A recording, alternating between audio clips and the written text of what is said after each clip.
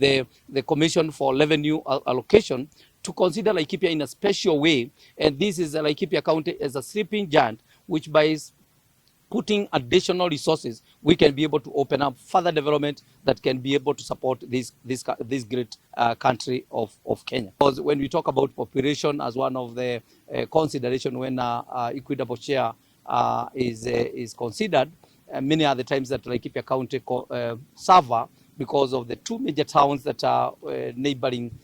They are all the way to the extreme, and this is where the highest population is. We do have the highest population. And by doing so, many other times when the allocation is based on population and considered based on the census of 2019 or 2009, Laikipia County suffers because when the census are being done, people resides in the neighboring county in Meru, in Nyeri, and the other side in Nyandarua. And therefore, that population many other times doesn't reflect the number of people that deserve or get services from the county. Again, the other two facilities that actually deprive much of the resources from the county government of Laikipia is two of the two hospitals that we do have. One is the Nanyuki Teaching and Referral Hospital, which is to the extreme, and therefore it serves about 3/4 of the people, of the client, of the patients that get services from that place. They come from neighboring county, Isiolo, Nyeri, and Meru. And then when you go to the other side in Nanyuki, in Nyahururu, again, almost more than 2/3 of the services we give to Nakuru, Nyandarua, and Nyeri. And therefore, but the employees, the staff, and all the other items and equipments are procured by Laikipia County. And therefore, again, we do suffer from that issues. And again, the other component is in terms of our neighborhood.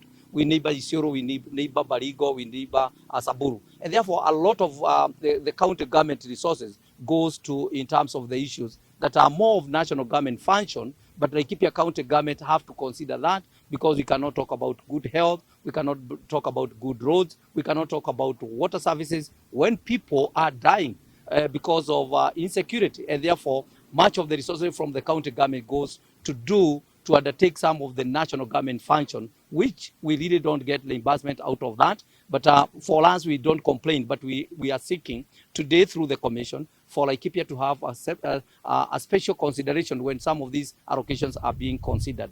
Again, in terms of many other times that when these allocations are considered, they are reflected by the Nanyuki and Nyahururu, the areas that are developed. But 3/4 of the county, it's unpenetratable. There are no services that in those areas, and we require those capital, the resources to open up some of those areas. Again, Laikipia County has the highest potential in this country, and it can be able to even feed the rest of the country, and even in terms of generating revenue that can feed to support the national government or the country's functions. But again, we require resources to spur that economic growth in this country, in this county, particularly on the issues of tourism, in terms of mining and opening up some of these potential areas. We require a startup capital, which Laikipia County have suffered all along. When you talk about the county headquarters, Laikipia never got benefited from the resources of the developing the county headquarters, where the county government alone did start the building and development of the county headquarters in Umuruti, where they never benefited from the national government. And my name is Dr. Isabel Wayake, a commissioner at the Commission of Revenue Allocation. Today we were at Laikipia County, and we are here on the aspect of development of a marginalization policy, which we are developing as CRA. This is the third marginalization policy we are undertaking since devolution, and this is emanates from Article 204 of the Constitution on the Equalization Fund. For that Equalization Fund to be shared, CRA is mandated to come up with a marginalization policy which identifies areas that are marginalized, and this marginalization is based on various services including health, water, electricity, and roads. This is what is put in the Constitution, among other services.